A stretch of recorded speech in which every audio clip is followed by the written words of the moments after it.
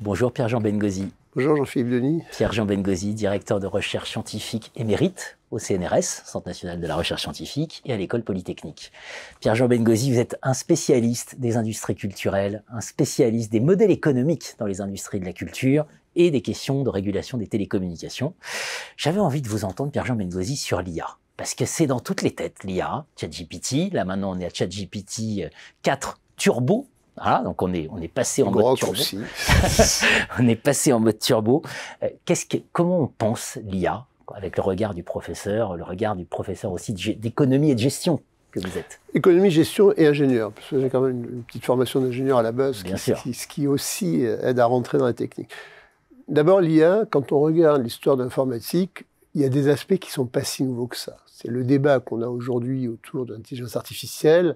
Il suffit de regarder 2001, l'Odyssée de l'espace, pour voir que finalement, c'était pas si différent que ça, la fin du film, avec HAL qui essaye de prendre la main sur les humains qui voyagent dans l'espace interstellaire. Donc déjà, il faut relativiser un peu le côté buzzword et tout va changer, etc.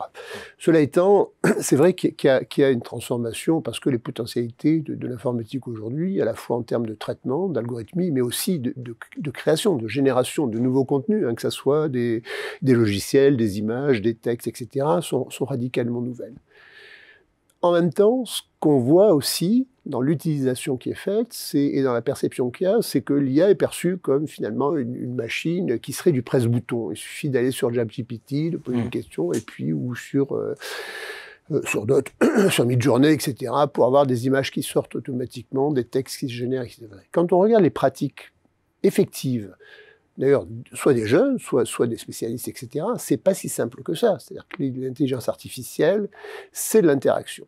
C'est de l'interaction entre à la fois un logiciel, finalement, une application un peu aveugle, qui ne comprend pas ce qu'elle fait, mais qui va simplement donner des statistiques sur si vous dites ça, il y a de fortes propensions que ça soit ça qui vienne derrière. Et puis donc une capacité à poser les questions et à ajuster les questions en fonction de ce qu'on veut avoir. C'est ce qu'on appelle un peu l'ingénierie du prompt, pour reprendre certains... C'est vrai que c'est un mot dont on n'avait jamais entendu parler, qui s'est imposé dans toutes les têtes. Mais parce que effectivement, il suffit d'avoir essayé, même à un niveau très, très basique, de poser des questions. C'est comme sur un moteur de recherche, on va poser une question, puis ça n'a pas exactement ce qu'on veut, donc on va changer la question, on va la reposer. Il faut anticiper qu'est-ce que veut me dire, ou qu'est-ce qui essaie de me suggérer la réponse, comment je peux l'affiner, tout ça.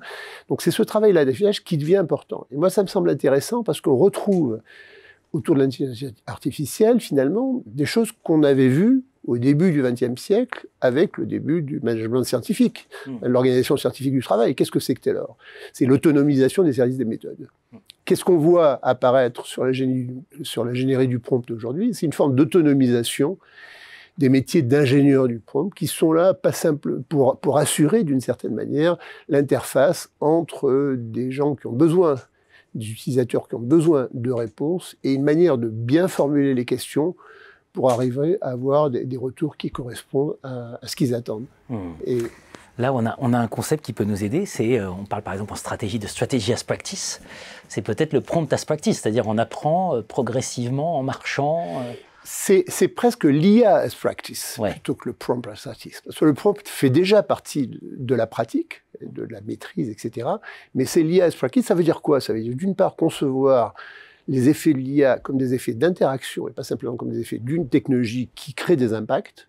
C'est une vision assez classique, de remise en cause assez classique de la technologie en stratégie. Mais c'est aussi se dire, ça suppose d'avoir un apprentissage et ça suppose de connaître comment assurer cette pratique et quelles sont ces pratiques pour améliorer au final les résultats qu'on obtient. Bien sûr, et c'est un peu comme au tennis, il faut être deux pour faire un grand match. Voilà donc entre l'homme et la machine, surtout pas penser que l'IA va tout faire, on la guide, l'IA. Tout à fait. Merci Pierre-Jean Bengozi. Merci à vous.